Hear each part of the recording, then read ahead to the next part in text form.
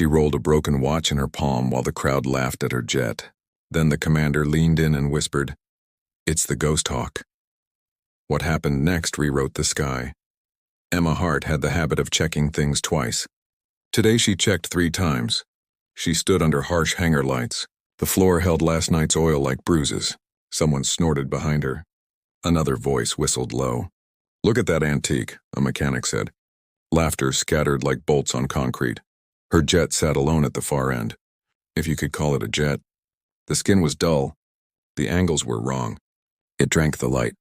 It looked like it had never quite decided what shape to be. Emma's watch had died 2 years ago. A hairline crack cut across its face. It had stopped at 03:17. She kept it anyway. She said it helped her remember a promise. She rolled it in her gloved palm now. Time could stop when it wanted.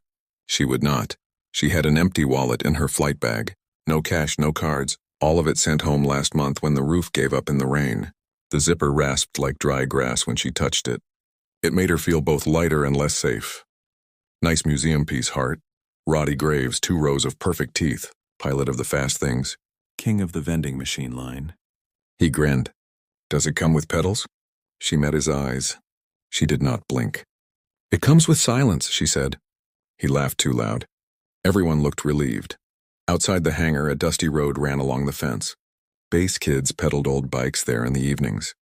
Dust lay on the weeds like sleep. Emma liked that road.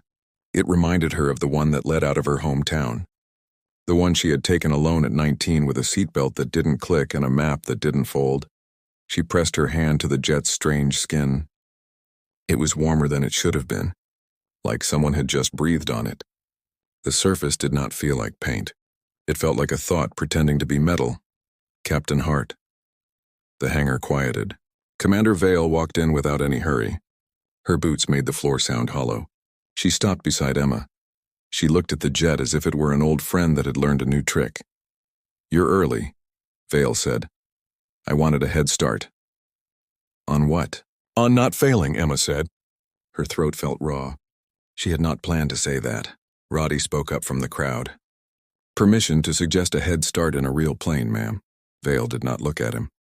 She kept her eyes on Emma's aircraft. Then she said it. She did not raise her voice. She didn't have to. "It's the Ghosthawk." The room inhaled. Someone's coffee hit the floor with a soft slap. Emma's broken watch slipped in her palm and tapped her knuckle. 3:17 stared back. Frozen. Waiting. "Briefing. 10 minutes, Vale said. "What is it?" Roddy asked. The laugh had left his mouth. He looked 10 years younger. Vale took 1 step toward the door. Something that was never meant to be seen. She glanced at Emma. Until now. The lights flickered. The jet seemed to darken, then didn't. Emma felt a pressure in her ears, like a storm thinking about itself. She turned to follow the commander. The crowd split like curtains. Someone whispered a prayer for the wrong person. At the door, Vale paused. "Captain Hart," she said. Emma stopped. "You remember how to breathe when the sky goes quiet?" "I think so." "Good," Vale said. "Because tonight you will hear the silence." A technician hit the hangar switch. Metal groaned. The doors began to roll.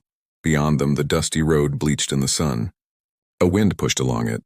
It looked like a fuse. The doors kept opening. They kept opening. And beyond the bright rectangle, something moved. Low, dark, and impossible. Sliding past the fence line as if it had no weight at all. The briefing room was too small for the size of the secret. Folders waited like closed mouths. No phones, no pens with logos. Just the clock, ticking for everyone but her broken watch. Commander Vale stood with a woman in a slate blazer. The blazer had no name tag. Her eyes did not wander. A second man sat beside her, hands flat on a thin case. "Captain Emma Hart," the woman said. "Agent Frost." The man did not offer his name. He had the expression of a locked drawer. Vale nodded to them and then to Emma. "We'll keep this brief. Late afternoon weather will help." Agent Frost folded his hands. "The Ghosthawk is a deception that tells the truth. It looks wrong. That is the point. Underneath is material you don't have a word for yet. It keeps secrets by becoming one." Emma waited. The room held its breath for her. Frost opened the case. No papers, no laptop. A thin crown of fiber lay coiled like a sleeping vine. "Neural interface," he said. "Reads intent. Doesn't write. Your hands will still fly the plane. But your thoughts will be quicker than your hands. Emma looked at the crown. Every strand felt like a question. Side effects? Fatigue. Dreams you remember too well. A sense of companionship, Agent Frost said. He almost smiled. It's not a pet, Captain. Vale moved to the wall screen. A map flared. Then more layers. Paths, arcs, curtains of radar sweeping like lighthouses that never rested. Target package, Vale said. Unreachable by conventional stealth in daylight. So we will not be conventional. Emma's mouth went dry. Daylight? Frost nodded. Clouds by dusk. You will launch as the sun thinks about leaving. That is when people feel sure and stop looking. She thought of the dusty road. Twilight at home looked the same even when the town changed names and owners. Vale continued. You'll run the edge of 3 nets. Their attention is elsewhere. You will be a rumor. What if I'm a headline? Emma asked. Then we will read you home, Vale said. Frost pointed at a schematic. The jet's skin was a map of muscles. Tiny shapes rippled across it. It will bend what sees. It will persuade what listens. It will not be perfect. Nothing is. You are the difference between almost and done. Emma stared at her broken watch. Chore sounding that night again. Rain on a 2-lane, a skid. The smell of coolant. A hand she couldn't hold. The watch had died and she had not. She had promised to do something with the extra time. She lifted the crown. It weighed less than worry. She set it on her head. A mild coolness. A map of her scalp learning a language. It was like hearing a radio through a wall. Not words, a tone that matched her breath. Vale watched her carefully. Say something. Emma didn't move her lips. She thought, hello? The tone shaped itself. Not letters. A flourish. An intake of air. Agent Frost saw the change in her face. It will feel like agreement when you are decided. It will feel like friction when you lie to yourself. Emma slid the crown off. The room brightened by one shade. Pre-flight? She said. In 1 hour, Vale replied. Your suit is in Hangar 6. We'll move you through the tunnels. Emma nodded.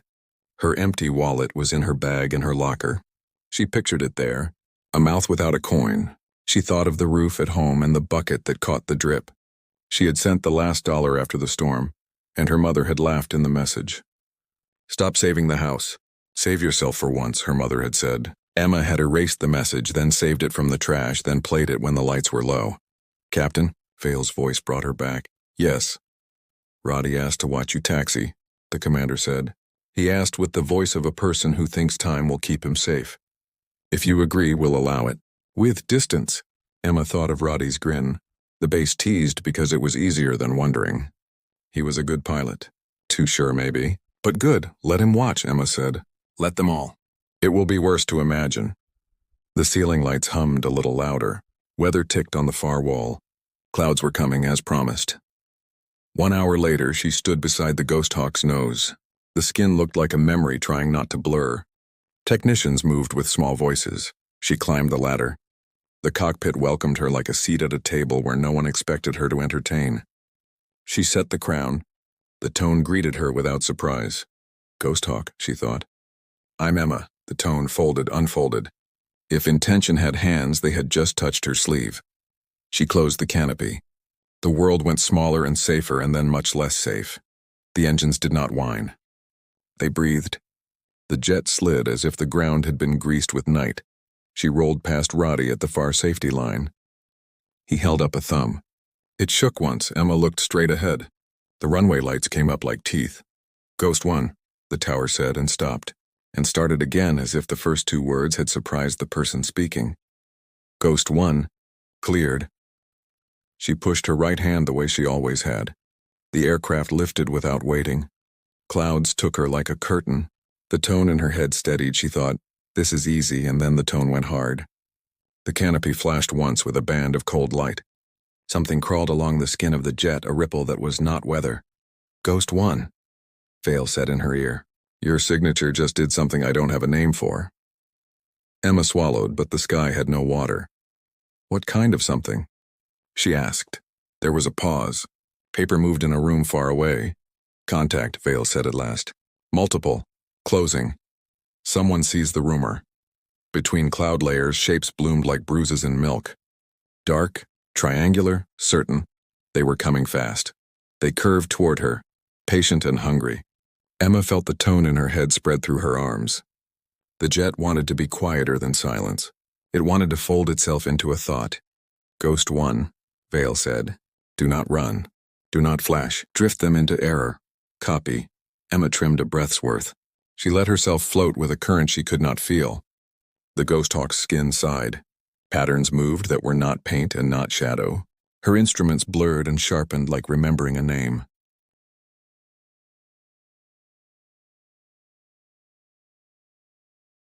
The first missile was not aimed at her. It was aimed at a guess. It crossed her path, a bright line that pretended to be brave. The tone pushed at her wrist. She did not yank the stick. She eased. She let the machine bend the air the way heat bends a highway. The missile missed the place where she had never been. Good, Agent Frost said on the net. He sounded like a man who had dropped a glass and found it still whole. They're shooting at a story. Another speck cut a diagonal. Then another. They were trying to hurt a ghost. Emma felt a pressure the way you feel thunder in your bones before you hear it. The Ghosthawk arched a small way. Her shoulders knew it, not her eyes. She thought of the dusty road along the fence. Kids pedaling in dusk, cardboard pinned by a clothespin to slap a spoke and make a fake engine. She had done that once. It made a kite noise. It felt like flight. She told that to the jet without meaning to. The tone warmed, like someone smiling without teeth. Another pass. A searchlight radar peeled the sky. The Ghosthawk told it a joke with no punchline. The beam went past, confused. Target package in view, Vale said. Her voice floated above fear. You're over them and inside them and not there at all. Take what you came for. Take all of it. Emma flicked the recon suite open with a thought. Windows snapped on inside windows. Heat maps lettering on rooftops. Faces that did not know they were being borrowed. An office with a white mug and a red stain in the handle where lipstick had become a flag. Data pulsed to the bay back home. The Ghosthawk whispered its harvest through threads no one else had woven yet. The nearest fighter decided to be brave. It cut wide and came in low and then up, a hawk trick. The pilot wanted her to flinch. Emma did not flinch. She thought about rain on the night her watch had stopped. She thought about the seatbelt that would not latch and the wheel that promised to listen and didn't. The tone understood. It smoothed her hands. The aircraft leaned into a place that did not exist 5 seconds ago. Her body expected G. Her body did not get it. It felt like falling into a story you already knew the ending to. The fighter passed through her wake where her wake had not stayed. It wobbled. Its pilot must have cursed. Emma did not hear him. She heard only the clock that did not tick.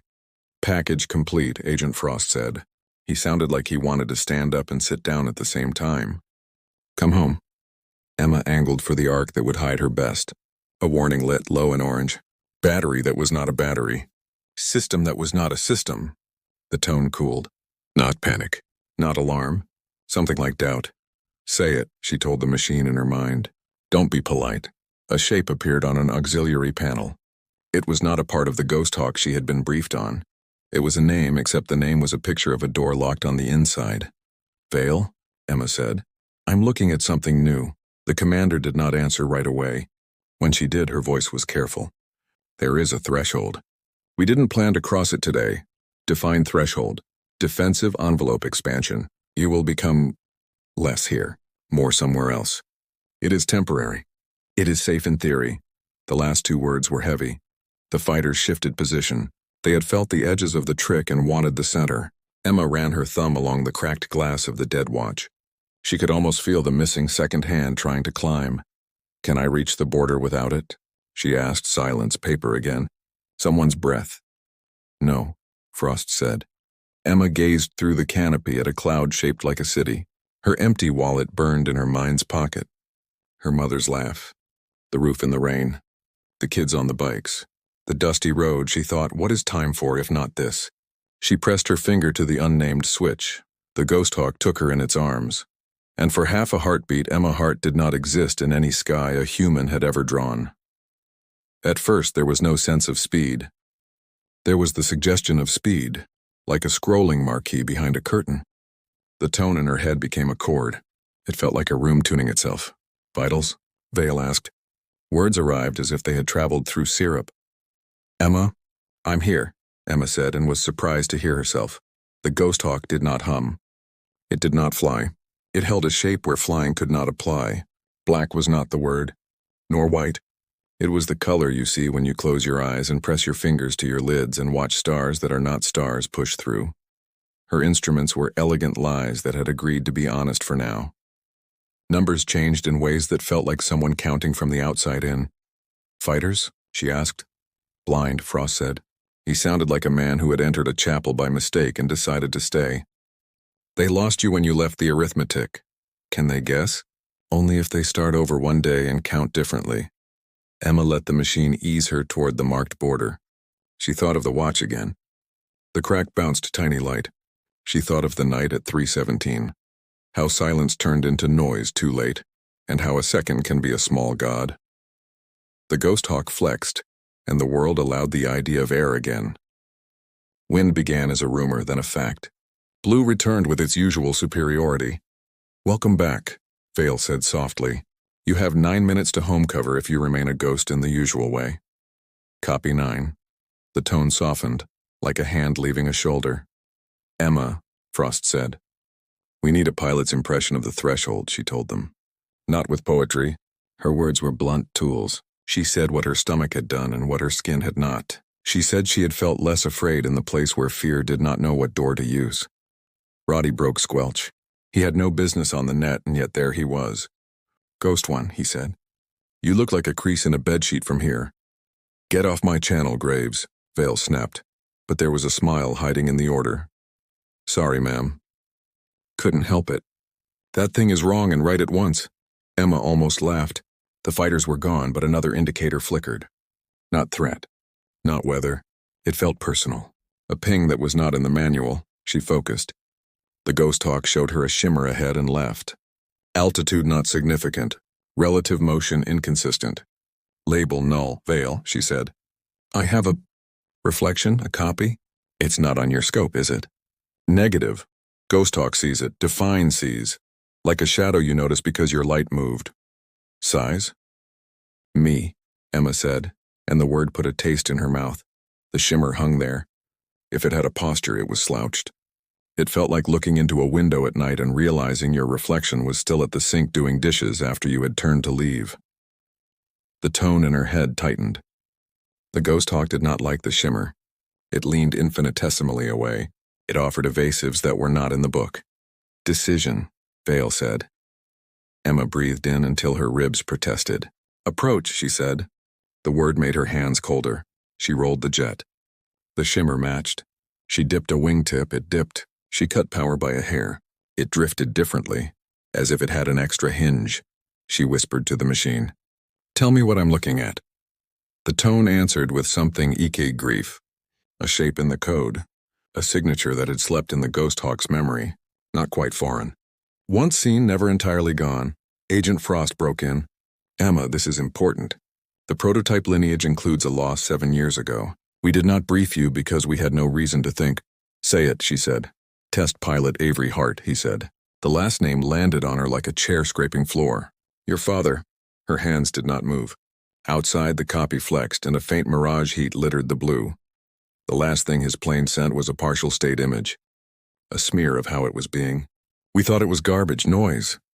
Frost's voice shook once, then steadied. "Your Ghosthawk just recognized the pattern. The threshold may have let it call that pattern back into place."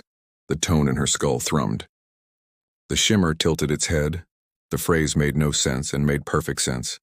Its nose traced a line that drew 0317 in the empty air. Emma saw the broken watch in her lap as if from a long way off. "Ma'am," Roddy's voice was small now.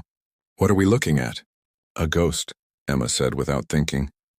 The shimmer began to slide toward her, slow and curious, like a hand reaching from a mirror. "Do not touch," Vale said. "Emma, too late." The copy surged and the cockpit went dark. Power returned in slices. Displays came back like eyes after rubbing. The tone in her head was a thread under tension. "Status," Vale said. It wasn't a question she expected answered. It was a rope thrown. "I have control," Emma said. "I have air. I have me. Home vector now." On it, the copy did not follow. It softened and wrinkled at the edges like cellophane over steam. Then it swept aside, dissolving into the excess blue. Emma kept the Ghosthawk honest. Her descent was writing by clean lines, not flourishes. She crossed the boundary. One world grew louder. Another world went back to being theory. On the ground, crews moved like chess you couldn't play. No one ran. Everyone was running, the canopy lifted. Hot air shouldered in. Her cheeks suddenly remembered sweat. The crown came off with a sigh. Silence had a shape now. It used to be flat. Now it had a shoulder she could lean on if she had to, and she hated that it felt good. Agent Frost met her at the ladder. He didn't speak. He walked, and she fell in behind him, and Vale joined with a file pressed tight against her ribs. They took the corridor that held its own breath. Doors with no labels. A cold room with a table that reflected anyone who looked down. Debrief, Vale said. Emma told it straight. She did not mention the way the shimmer had tilted its head, because that felt like a lie even if it wasn't.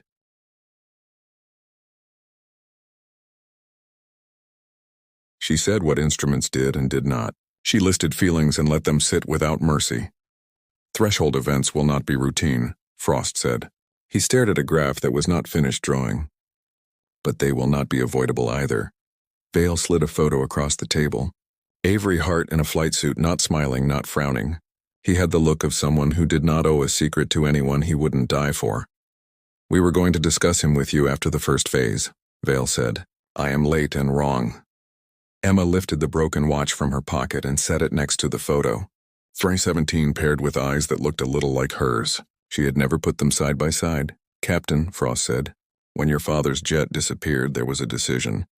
We buried part of the log. Not to hide it from you, to hide it from ourselves. We did not want to admit a machine had remembered a person. Emma looked at him until he blinked. She didn't speak. Words would have scattered like crows. He pressed his mouth together. Today the machine remembered again. An alarm pinged from the far wall, soft, not dramatic. Just insistent. Vale stepped to the console. Perimeter feeds tripped. West fence, she said. Emma pictured the dusty road. Wind pushed and the weeds shook their small flags. Kids with bikes would be home by now. She imagined a blue jelly of evening. Show me, she said. The screen lit. At first nothing, then dust, then boots. 3 figures in tan that avoided the cameras as if they had grown up together. Internal? Frost asked. Badges say yes, Vale said. Bodies say no. Emma thought of her empty wallet.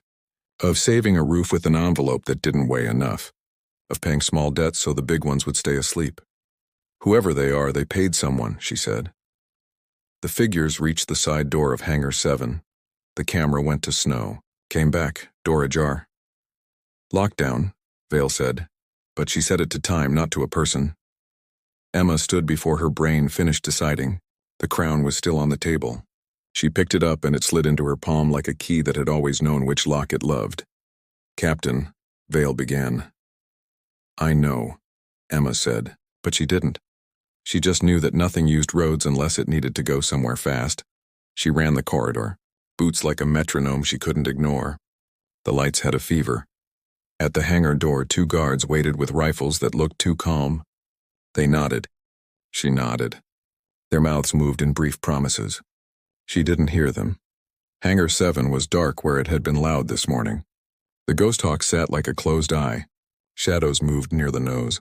Then didn't. Step away, Emma said. Her voice surprised her with how little it shook. The figures froze. One turned, hands up. Not a kid. Not a tourist. A man with a face that liked straight lines. He smiled in a way that did not use his mouth. Captain Hart, he said. He knew her without being hers to know. I need you to stop, she said.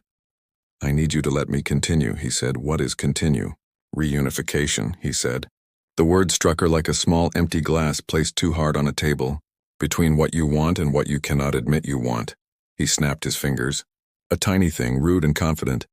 The Ghosthawk woke. It woke all at once, and the hangar lights failed in a soft sigh as if the building had decided to sleep through whatever came next. Torque whined in the dark. Not loud, just certain. Someone's breath quickened near the starboard wing. Boots scuffed. A metal tool rolled until it found a crack and stayed. Emma slid the crown on by feel. The tone arrived like a lighthouse seen through rain. It noticed her. It leaned. Hi, she thought. I'm here. Are you? The response brushed her like a coat pulled over her shoulders by a friend with warm hands. Good, she whispered. The intruder with the straight-line face spoke into the dark. Your threshold event opened a door, he said. Do you think we did not build the house? You built a hallway and got lost, Emma said. Her mouth was dry again. She wished for something to swallow and found only her tongue. Step away, he chuckled. You piloted a shade into a place the rest of us have only modeled. Respect. He sounded like he was about to offer a medal for theft. Security en route, Vale said in Emma's ear, a calm tide. Delay them. The Ghosthawk lit itself from within. Not lamps. A low glow that outlined ribs and spines and decisions. The intruders shielded their eyes and their faces looked younger. One wore a patch that did not match his clothes when the light caught it. A cube over a wave. Who sent you? Emma asked. Someone who remembers before you remember, the man said. Someone who paid for the first prototypes and wanted the second back. Agent Frost cursed softly behind the net. Black budget ghosts, he said. Severed sponsors, Emma exhaled. Her breath made a cloud in air that shouldn't have been that cold. Ever flown? She asked the man. I ride outcomes, he said. Then you're useless here, she said. The Ghosthawk shifted on its gear and hummed a hungry note. In Emma's skull the tone angled, ready to gather its limbs. She thought of the dusty road again, of the kids. She thought of the broken watch. She thought of the empty wallet. The three objects unrolled in her head like a strip of film. What you carry, what you owe, what you leave. She did not raise her voice. She chose her words like tools in low light. You said reunification, she said to the man. You think my father is a file you can copy and paste. He is not a wallpaper. He is not your screensaver. The man stepped closer. Gun, no gun. He believed the gun was the jet. He is a pattern that kept a promise, Emma said. She reached with her mind. The Ghosthawk let her fingers be bigger than bone. She touched the shape the machine had called back at 30,000 feet. It was still here. Thin, like writing on onion skin. But here. Dad, she thought and felt ridiculous and then not. If this is you, if a piece of you is here, I cannot let them decide your next job. The tone thickened. Her eyes pricked. She did not cry. She had taught herself not to at 19 on a dusty road. Emma, Vale said. Time, she nodded. Her chin touched plastic. Out of the hangar, she said to the intruders. You can tell your employer you saw what he paid for. That's all he gets. The man smiled with only his eyes. Or I can tell him we already left with it. He thumbed a remote. The side door rolled. Night poured in like ink poured slow. A second aircraft stood outside.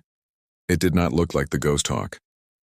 It looked like something pretending to be a barn roof. It would not matter to a guard. It mattered to Emma. The Ghosthawk smelled it too. The tone sharpened to a point. Copycat, Agent Frost breathed. Parallel program. How did we miss? Because they wanted us to, Vale said. The intruder took one backward step, then another. His friends did the same. Stay, Emma said. Follow, the man replied. To someone, not to her. The counterfeit outside woke in dull ripples. Its canopy coughed. A pilot inside lifted a gloved hand. Didn't wave. Just acknowledged existence like a sore tooth. The Ghosthawk flexed again. It wanted to leave the floor. It wanted to be in the air where truth has less friction. Security at the east doors, Vale said. Roddy with them. Perfect, Emma said. She pulled herself up the ladder with a speed that cut any hope of caution. The crown settled. Straps kissed. Systems rose like birds startled, then circling. The hangar was still half dark. Someone shouted. Roddy's voice carried hope because he had not learned the shapes a lack of it can take. Emma sealed the canopy. The world made a condition around her. She and the Ghosthawk shared a pulse. Emma, Vale said. Even through the net, her hand was there. What are you doing? What I came for, Emma said. She started the roll. The Ghosthawk lifted off the chocks like they were insults she didn't need. Air found the intake the way a song finds a throat. The nose pointed at the door. The counterfeit outside gathered itself like a liar preparing a speech. Do not engage, Frost said. Observe, record, live. Observe, record, Emma said softly. Lev. She slid past the line of security, past Roddy's eyes gone wide, past the man with straight lines on his face who now looked like a sentence missing its verb. Night took her cheek in both hands. The tone thrummed. She felt the threshold far ahead like a door that knew her name. The counterfeit lifted too. It tucked its ugly wings and followed as if it had a right to. The runway lights whispered past. The dusty road ran beside the fence like an old friend trying to keep up. Emma looked once at the broken watch. Show 17 stared back. She curled her fingers around it just once, then let it drop into the cockpit. Well, not a goodbye. A promise to return changed. She pushed. The Ghosthawk climbed. The rival climbed. The sky began to choose. Above the base, a new radar cone bloomed where no radar had ever been. The counterfeit shivered in it. It showed seams. Something moved inside the dark beyond the threshold, large and slow, as if the horizon itself had rolled over to look. Emma, Vale said very quietly now. Do you see it too? I do, Emma said. What is it? It's the part of the sky that remembers, Emma said. The rival craft tilted, unsure. Emma smiled for the first time since the hangar laughter. Hope was not a sentence. It was a lever. She reached for the threshold. The Ghosthawk answered, and the last thing she heard before the world bent was her father's voice. No words, just a breath drawn in as if about to speak, right as the counterfeit lit its engines to follow.